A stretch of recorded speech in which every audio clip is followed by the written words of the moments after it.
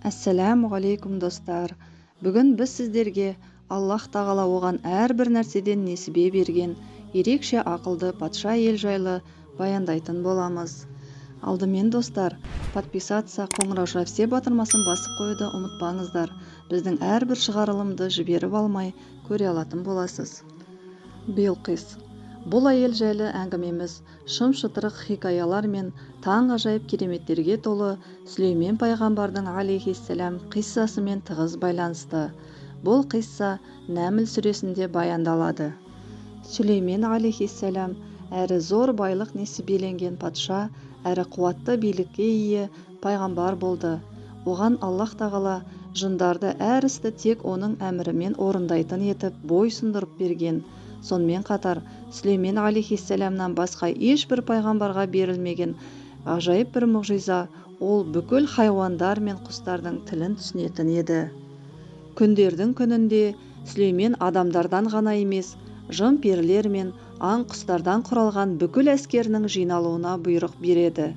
Жиылысқа Худ-Худ көкек келмей Сүлеймен құстарды түгендеді де, Худ-Худты неге көрмеймін, әлде ол жоғалып кетті ме, деді. Кешіккен құсқа іздеу салып, расында мен оған ауыр азап көрсетемін, не оны бауыздаймын, немесе маған бір анық дәлел келтірсін, дейді. Бір кезде көп күттірген Худ-Худ келіп Сүлейменге: мен сен білмеген бір нәрсені білдім, және саған Сәбадан анық бір хабар алып келдім, дейді. Ол әңгімесін жалғап: мен оларға патшалық етіп отырған бір әйелді көрдім. Оған әрбір нәрседен несібе берілген, және оның орасан зор тағы бар. Оның және елінің Аллахқа емес, күнге табынатындарын көрдім. Шайтан оларға амалдарын әдемі көрсетіп, жолдан қайтарған. Сондықтан олар тура жол таба алмай жүр. Олар аспандар мен жердегі жасырылғанды сыртқа шығаратын, және сендердің жасыратындарың мен жариялайтындарыңды білетін Аллахқа сәжде етпейді ме? Ұлы аршының Раббысы Аллах, одан басқа ешбір құдай жоқ, деді. Бұл заты әйел болғанына қарамастан, Құранда айтылғандай, ұлы патшалық құруға қол жеткізіп, өте мықты өркениет қалыптастырған ұлы тұлғалы Билқис деген нәзік жан еді. Оған әрбір нәрседен несібе берілген. Билқис ғылым білімге, өнерге, атақ даңққа, абыройға, көрік сымбатқа, сұлулыққа, күш қайратқа, құдіретке, ақыл-ой мен парасатқа ие болатын. Сондай-ақ қарақұрым қалың әскердің тізгінін қолында ұстаған. Оның ұлылығының айқын сипатын көрсететін астында ғажайып тағы болатын. Худ-Худтың сөзін естіген Сүлеймен: рас айтасың ба? Жоқ өтірік айтасың ба? Оны көрерміз. Әуелі менің мына хатымды оларға алып барып тастада, бұрылып күтіп тұр. Сөйтте, мұны қалай қабылдайды, соны бақыла, деп жат елге сәлемін жолдайды. Әміршісінің хатын алып, ұшқан Худ-Худ Билқис сарайына жетіп, хатты сарайдың төбесінен тастайды. Көктен түскен хатқа таңырқаған Билқис хатты ашып қарап: Бисмиллахир-рахманир-рахим. Маған астамшылық көрсетпеңдер, алдыма бой сұнған күйде келіңдер, деген жазуды оқып, Сүлейменнің мөрін көреді. Арасы алшақ екі елде, Билқис Йеменде, Сүлеймен Палестинада, сұлтандық құрған екі патша ешқашан кездеспеген еді. Сүлейменнен келген бұл хаттың мәселесін шешуге Билқистың ақыл-парасаты, пайымы жетсе де, елінің жақсы жайсаңдары мен көреген көсемдерін жинап ақылдасуды жөн көреді. Ей ақсақалдар, маған бір ардақты хат келді. Ол Сүлейменнен. Менің бұл ісіме қатысты ақыл кеңес беріңдер, дейді. Ал кеңесшілері Билқисқа: біз қарулы әскері бар күшті елміз, қалай шешуді өзің ойлап көр, деп істің шешімін өзіне қалдырады. Елінің мен деген азаматтары бұл әйелдің алдында ешқандай шешім қабылдай алмай, істі өзіне қалдырып отырғаны Билқистың беделінің күштілігі мен ақыл-парасатының кеңдігін тағы да дәлелдеп тұрғандай. Ауыз тұшырлық, көңіл қанағаттанарлық ештеңе ести алмаған Билқис, егер патшалар бір елге кірсе, оны қиратады, қадірлілерін қор етеді. Мен бұл кісінің бізді аяққа таптауынан қауіптенемін. Алдымен мен оған сыйлық, тарту таралғылар жіберіп, тамырын басып көрейін.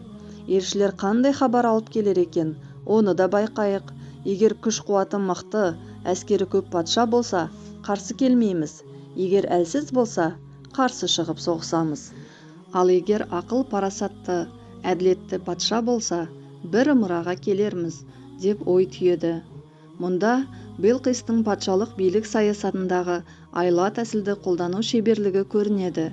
Саяси шешім қабылдау үшін оған алдымен мәлімет қажет болады да, оны тарту таралғылар жіберу арқылы алуды көздеп, Сүлейменге қисапсыз мал-мүлік, асыл тастар тарту ерту үшін елшілерін аттандырады.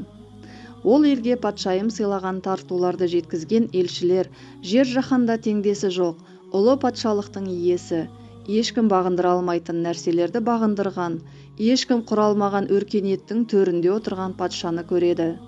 Елшілер ханшайымдарының беріп жіберген сәлемдемесін Сүлейменнің алдына тартқанда ол: «Сендер маған дүниемен көмек бермексіңдер ме?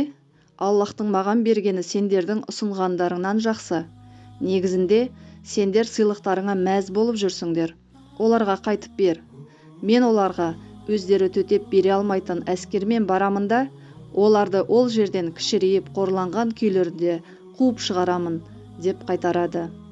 Еліне жеткен елшілер көрген білгендерін, Сүлейменнің қайтарған жауабын айтқан соң, Билқис Сүлейменнің мемлекетіне бағынуға шешім қабылдап, өзінің басшылығы мен өкілдерін алып баратындығын айтады.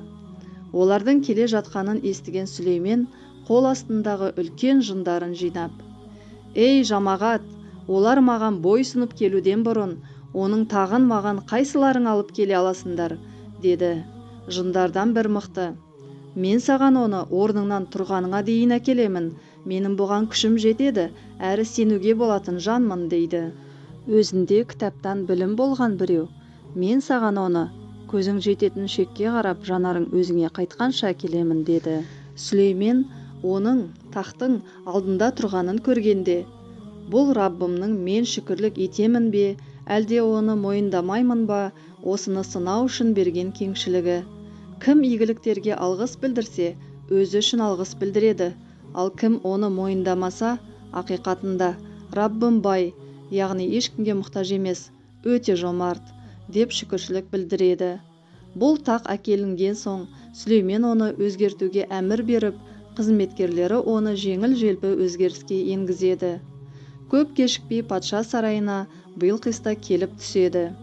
Ішке енген патшайым мен жанындағы өкілдері төрдегі тақтан көздерін алмай таңырқап қарады. Таңданыстарын аңғарған Сүлеймен Билқисқа: «Сенің тағың осындай ма?» дейді. Билқис болса: «Дәл өзі сияқты», деп жауап береді.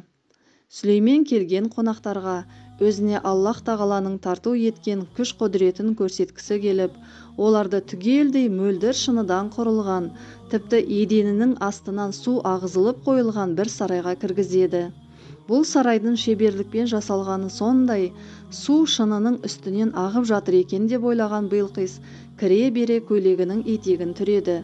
Аллахтың бұл кереметін көрген Билқис ханшайым бұл адам қолынан келмес ғажайып іс екенін түсініп, ғаламат күштің өкілі ретінде Сүлеймен шақырып тұрған бұл діннің шынайылығына көзі жетіп, сол жерде: «Негізінде мен өзіме әділетсіздік етіппін, енді Сүлейменмен бірге әлемдердің Раббысына бойсұндым», деп иман келтіреді.